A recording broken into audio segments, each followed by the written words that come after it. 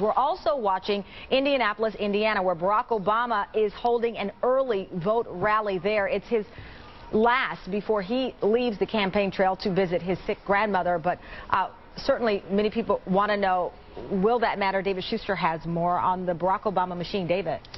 Tamarin, keep in mind, even if Barack Obama is not on the campaign trail, his political machine rolls on, and his campaign has at least 3 times as much money to spend as John McCain. Brad Blakeman is a Republican strategist. Dan Gerstein is a Democratic strategist. And Dan, I want to start with you with something that Barack Obama said, which when I first sort of heard about it, seemed a little bit puzzling. But here it is, and watch.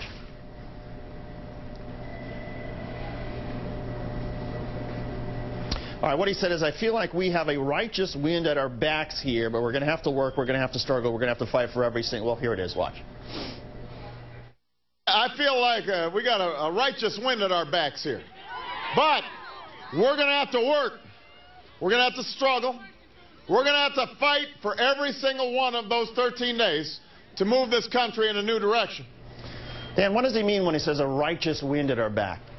Well, I think that's a grandiose way of saying that all the political forces that are at work here are moving in Barack Obama's direction. Are they righteous? I think they're righteous. But I think what's the most interesting thing to note here is, you talked about how much more money Obama campaign has to spend. And I think that traces back to probably the most fateful decision in this entire campaign, which was Obama's decision to opt out of the public financing system. That's allowed him to amass a giant financial advantage over John McCain, which is translating in many different ways, one of which is, I just read this morning that in Ohio, in 2004, John Kerry only had enough money to have offices in the 8 top Democratic counties. Obama's got offices in all of Ohio's counties. That is a big advantage. Well, it is a big advantage, but opting out of campaign financing may not sound so righteous, especially to a lot of Republicans. And Brad, let me put it up for you. Here's how Barack Obama is outspending John McCain.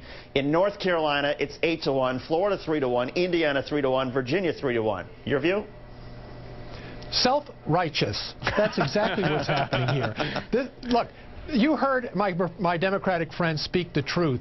One of the most critical decisions Barack Obama made was a deception on the American people by challenging John McCain to take public financing. John McCain committed to it, and then Barack Obama lied to the American people and changed his position and is now spending money like a drunken sailor at a time when we should be watching our funds. Brad, and we're being outspent 4-1, and in spite of that, the polls are close in battleground states.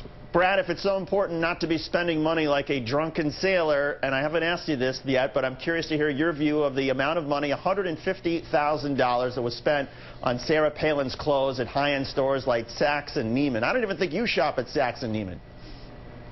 No, I don't. But let me tell you this. You know what the outrage is today? Is Barack Obama is taking a 767 campaign plane to go visit Grandma.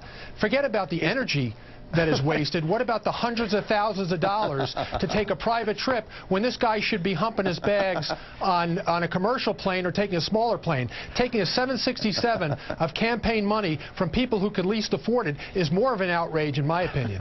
That is one of the most valiant tries I've ever seen in this entire debate over Sarah Palin's clothing allowance.